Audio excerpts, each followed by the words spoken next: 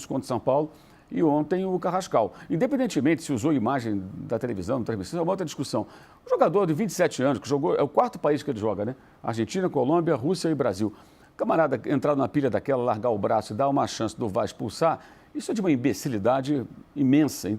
Salve, salve nação, saudações rubro-negras. Isso aqui também é Flamengo. Vamos acompanhar aqui um cortezinho da UOL Sport, onde o Mauro César detona alguns jogadores depois da péssima atuação de ontem. Então, link e créditos ao UOL Sport na descrição. Vou dar uma parcial. Mauro, vamos lá. Você falou que... Não, os bandeiras sabiam. A Boa. comunicação é feita pelo rádio, todo mundo fica sabendo. Ele sabia que não tinha VAR. Nós não sabíamos porque a transmissão custou dessa informação. Aí eu não sei o que aconteceu, se os repórteres não perguntaram, se... Avisaram só depois. Avisaram muito depois, ou se os caras ficaram ali fazendo segredinho, não passaram para o jornalista à beira do campo a informação, que era importante para quem estava assistindo. É o contrário do Ju, que eu acho que estava um pouquinho à frente do Roberto. Não acho que seja um lance tão assim categórico, a bandeira errou, não. Bem difícil. É daqueles lances que se bobear, mete aquela linha maluca lá, a gente já fica discutindo depois. Como aconteceu aquele do gol anulado do Atlético Mineiro, agora, na semana do Coelho, né, contra o Palmeiras. Foi um lance muito difícil ali. Enfim, mas a arbitragem já sabia disso tudo. Sobre a questão do planejamento, é o que você falou. A execução é errada. O planejamento é o que era possível fazer, gente. Porque assim, eu vejo lá, não, errou o planejamento. Tá bom, mas errou como o planejamento? Qual seria a solução? Você sai de férias dia 19, aí você tem que jogar no dia 12. Só se você der 15 dias de férias. Aí você tem que dar outros 15 dias. Vai dar na Copa do Mundo. Você tem quase um time inteiro convocado, provavelmente. Aí você tem que ficar secando as seleções, né? Você acha que as seleções do Equador, Colômbia, Brasil, quem mais que tem? Brasil e Uruguai, vão ser eliminadas rapidamente numa seleção que tem Haiti e outros times fraquíssimos? Tem 48 seleções. Essas equipes dificilmente não irão até o mata-mata. E aí você se garante os 3 jogos e mais um. Você vai chegar o quê? Vai chegar em julho. Vai entrar em julho. Mais ou menos. Final de junho, início de julho, esse time vão estar jogando lá nos Estados Unidos, Canadá e México, né? E, enfim, eu vi dessa maneira. Vou com você ainda, Mauro, porque assim, o Flamengo tem 3 derrotas seguidas, algo que não acontecia desde 2023, lá com o Vitor Pereira, que foi aquela sequência Alcas, 2 Flamengo 1, Fluminense 4, aí. Flamengo 1 na final e Maringá 2-0. Já não era o Vitor Pereira. Isso. E aí, nos últimos 3 jogos, foram 6 gols tomados, que também é meio anormal para esse Flamengo que é tão forte defensivamente. Aliás, é engraçado, né? Quando o Flamengo acerta uma jogada ofensiva, aí o mérito é do Rodrigo Caio. Quando toma um gol contra ninguém fala do Rodrigo Caio. Eu acho que o rapaz, ele não é o único responsável pelos acertos, tampouco ele é o culpado pelos erros.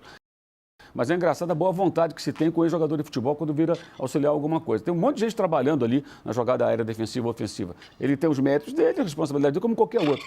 Mas, sabe, colam nele só as coisas boas. Ontem, o gol do Corinthians é o Varela, 1,71 m, marcando o Gustavo Henrique com 1,96 m. Isso é uma piada, né? Isso é um erro crasso, né? Que foi cometido. Eu acho que é bem diferente de 2023, que ali você tinha um técnico sendo fritado.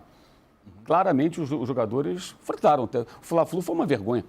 Aquele Fla-Flu não ganhou 2-0, mas tomou de 4-1, ninguém jogou. A derrota do Alcas precede aquela vitória do Fla-Flu com aquela polêmica do Gabigol pós-jogo. Exatamente. Né? Então, assim, era diferente. Agora não tem problema aparentemente entre os jogadores e o técnico. Existe sim uma inconsequência de alguns jogadores. Já teve o senhor Plata fazendo atrapalhadas ano passado, expulso na Libertadores, expulso contra o São Paulo. E ontem o Carrascal. Independentemente se usou imagem da televisão, transmissão, é uma outra discussão.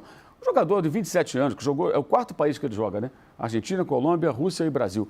Camarada entrar numa pilha daquela, largar o braço e dar uma chance do VAR expulsar, isso é de uma imbecilidade imensa. Então, não sei até que ponto eles vão tomar alguma medida, se pode, mas a coisa, antigamente seria multado do salário, né? Tem que tomar multa, algum tipo de coisa tem que se fazer. Não é possível, assim, o cara compromete completamente o andamento. E eu não acho que faltou coragem ao Felipe Luiz para escalar os jogadores, não.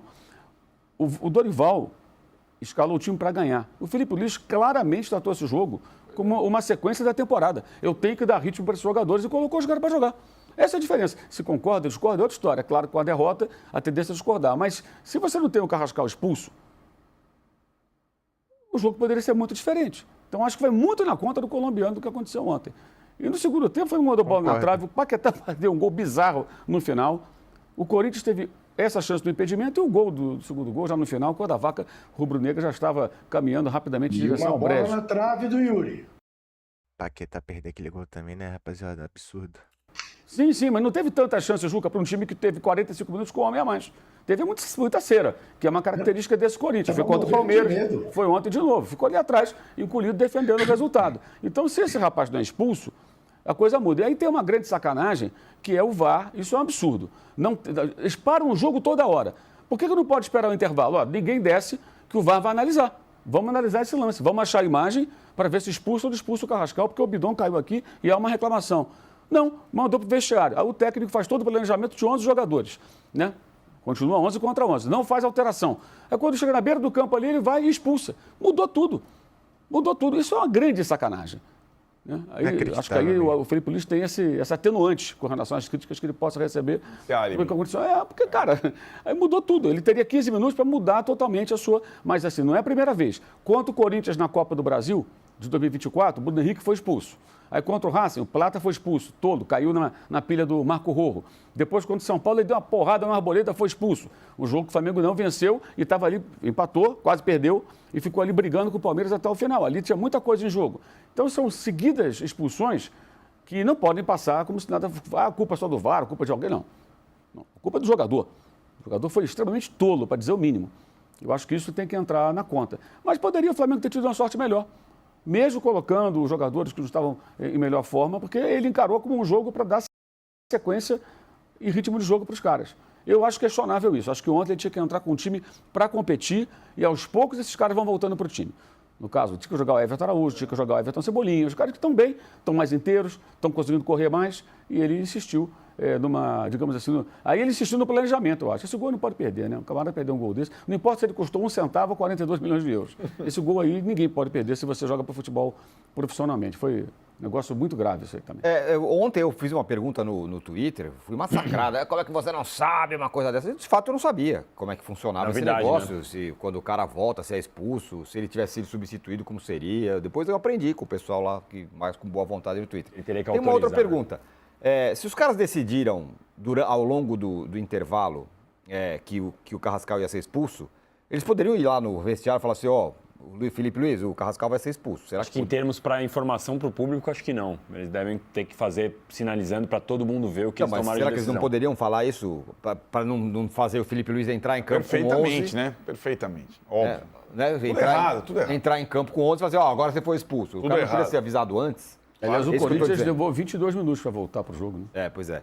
Danilo Lavieri, como é que você vota nessa brilhante enquete? Acho que é só mais uma taça para o Corinthians, eu voto nessa enquete. Eu acho que quando a gente vê o Corinthians tratando essas vitórias como algo épico, ela, na verdade, é uma forma de contrastar com toda a falta de profissionalismo que as últimas gestões tratou o Corinthians, né? Então, o Corinthians deve 3 bilhões, o Corinthians não tem dinheiro para contratar o Alisson, o Corinthians não sei o quê, mas é campeão do Paulista, é campeão da Copa do Brasil, é campeão da Supercopa. Então a gente fica fazendo esse contraste sempre e o torcedor tem se aproveitado desse contraste para poder tirar um sarro dos rivais, o que eu acho totalmente justo, né? Quando ganhou do Palmeiras, era o time que ganhou, devia 3 bilhões, eliminou o Corinthians. E agora, o time que deve 3 bilhões ganhou do Flamengo.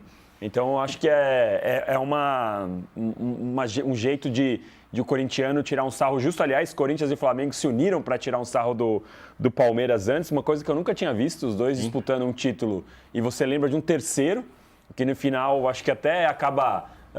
colocando o Palmeiras numa posição que nem deveria. O Corinthians e o Flamengo deviam esquecer o Palmeiras. Acabaram tratando o Palmeiras de uma maneira, acho que até que exaltaram o Palmeiras na rivalidade com eles. Então, acho que o Corinthians ele vibra por isso. O torcedor gosta de destacar isso. Embora, de novo, eu destaque sempre a mesma coisa. O Corinthians realmente está devendo 3 bilhões, o Corinthians teve a questão do Alisson, mas o Corinthians tem um time que deveria fazer uma temporada mais regular e não ficar com esses brilhos de Copa. Agora é muito difícil a gente falar isso, né? Pô, tem 10 meses, 3 taças, tá falando o quê? Mas a gente vai ver como vai ser o brasileiro. Já começou do jeito que começou, perdendo para o Bahia.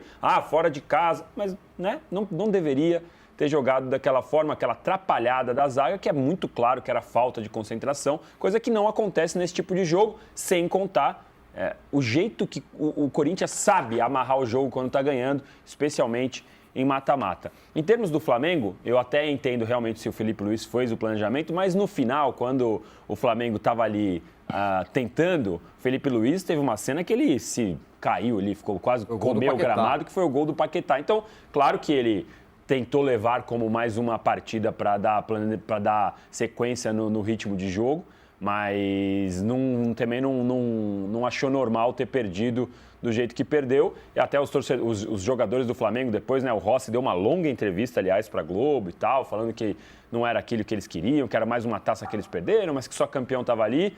Enfim, eu também acho que o erro foi na escalação do caso do Arrascaeta e do Jorginho, porque eles claramente não tinham ritmo nenhum para um jogo desse, em que a gente sabia já que o Corinthians vinha dessa forma, de uma forma sempre viril, né? Que o Corinthians joga mata-mata. E um último destaque aqui, eu fico impressionado como o Pulgar é um jogador violento. É impressionante. Ontem ele deu uma no Memphis, um negócio absurdo, só que ele sabe bater de um jeito certo. Ele bate de um jeito que o árbitro olha e fala, não tem nem o que fazer. Mas ele sobe com antebraço, com cotovelo, deu no Memphis no meio, um negócio assim impressionante. E jogo após jogo, o Pulgar está sempre fazendo isso, mas enfim, faz parte. O Roberto Amedeo Júnior, Lavieri, onde quer que seja, ele sentiu uma pontada no coração quando você falou aí do Corinthians. a gente estava mostrando, Fala, Juca. a gente estava mostrando agora a imagem desse. É isso aí, rapaziada. Vou parar esse corte por aqui, tá? Agradecer ao All Sport aí, link e créditos, como sempre, na descrição. Se você curtiu, já deixa o like aí pra ajudar seu amigo. Se inscreva no canal pra sempre estar acompanhando aí as notícias mais relevantes sobre o nosso Mengão. E é isso. Tamo junto, rapaziada. Até o próximo vídeo. Valeu e eu fui!